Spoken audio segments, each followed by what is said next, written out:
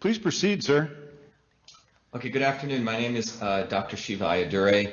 One of my expertise is in the field called pattern recognition and mathematical analysis, so I'll try to keep it brief. But 49.8% went to Biden and 47.6% to President Trump. So that was the reported results from the Secretary of State. Literally taking all the data provided by the Secretary of State across the 743 precincts in Maricopa County, and we're literally recreating the election. And there are two curves here. One is the curve for President Trump, which is a red curve, and the blue curve is the curve for Mr. Biden. And as we move from left to right, what we're doing is we're starting with precincts which have low number of votes to precincts which have high number of votes, and we're literally counting the vote totals and summing them up together. When you get to the end here, you get the actual election results. So 49% for Mr. Biden and 47.6% for Mr. Trump. So these curves in many ways show the dynamic of the election as you move from the precincts from low vote counts to high, and you're essentially adding them up. So what we wanted to do was we wanted to see if we can reproduce the curve for President Trump and the curve for Mr. Biden by looking at the demographic of voters based on party affiliation, because that's one of the most easily accessible, or one of the most prominent features in an election. So in summary, for Republicans, where the percent turnout positively correlates with percentage registered Republicans in a precincts, for Democrats and independents, the percent turnout negatively correlates with percent registered Democrats and percent registered independents in precincts. So that's just giving you the feature of what was taking place in Maricopa County. And I want everyone to look at this carefully. So out of all the potential universe, which we've done, and we're going to continue doing this, by no means is this done, we find that the interesting possibility we find here is when the Democrat percentage is 130% Mr. Biden and negative 30% Mr. Trump, and the Republican percentage is 0, 100, the independent is 30%, 58%, libertarian 0, 60, 60, 0. But what's extraordinary about this graph, again, we went through many iterations, it matches perfectly, near perfectly. The slopes match, the curves match, the shape match. So what this tells us is that this demographic distribution of allocation of party affiliations is what can generate this. And I find it highly implausible, because this means that Mr. Biden got 130% of Democrat voters and negative 30%, and President Trump got negative 30%. So how is this possible? We need to do more research. One is, again, as I mentioned, that there could be certain groups of independent voters that are not visible in the model, or it could be vote swapping, or all three. And I'll end on that. Well, this is a curve that represents the actual vote, what's called the cumulative vote count for Mr. Biden and President Trump. Okay, so this is the control. This is what actually occurred on election night. Does that make sense? And what we're attempting to do in mathematics, using mathematics, you can do what's called curve fitting, where you can change certain variables to attempt to fit this curve. The variables we are changing here, which cannot be done, manually, but the computer is essentially changing the possibilities of different levers, a percentage of Democrats who voted for President Trump, the percent of Democrats who voted for Mr. Biden, the percent of Republicans who voted for Biden, the percent of Republicans who voted for Trump, the percent of independents who voted for Biden, the percent of independents who voted for Trump, and so on.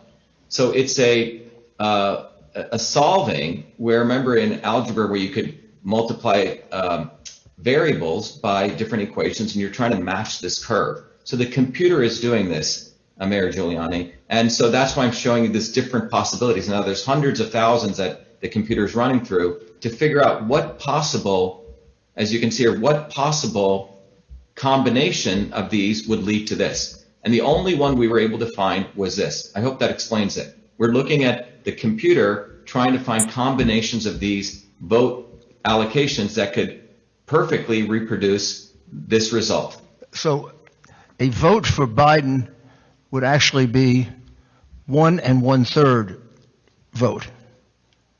Is that correct?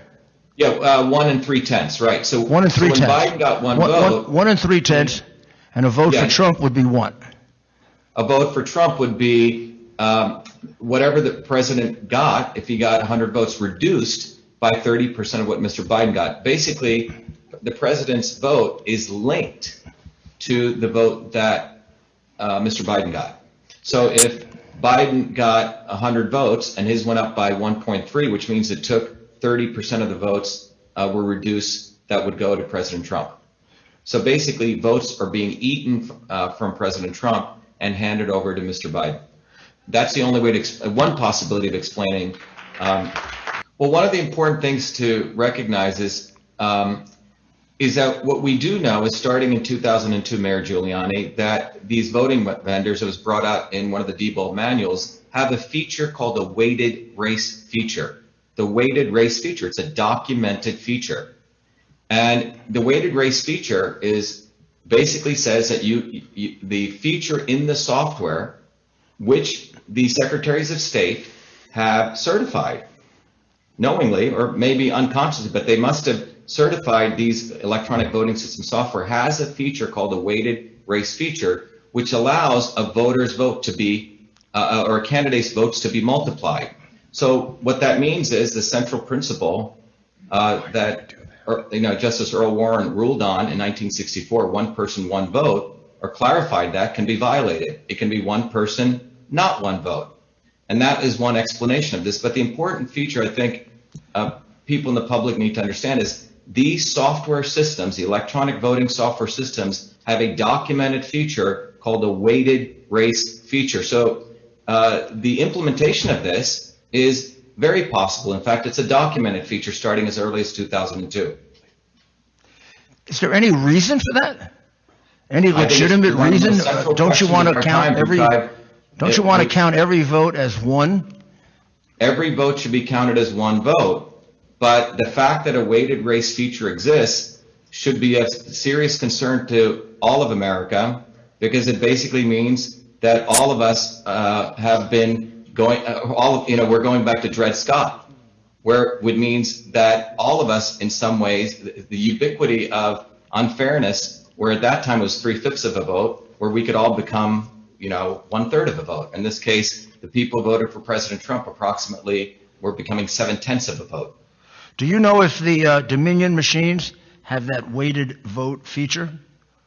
As I understand, they do have this feature. And remember, the more important thing to also understand is our votes are stored not as whole integer numbers, but as decimal fractions, which means when you get a vote, if a candidate gets 100 votes, it's not stored as 100, it's 100.0215, which is also quite alarming, which means if the fact that the votes are stored as decimal fractions means you could have external programs intersect, communicate with those programs and alter them using external software programs, which could also do weighted race features.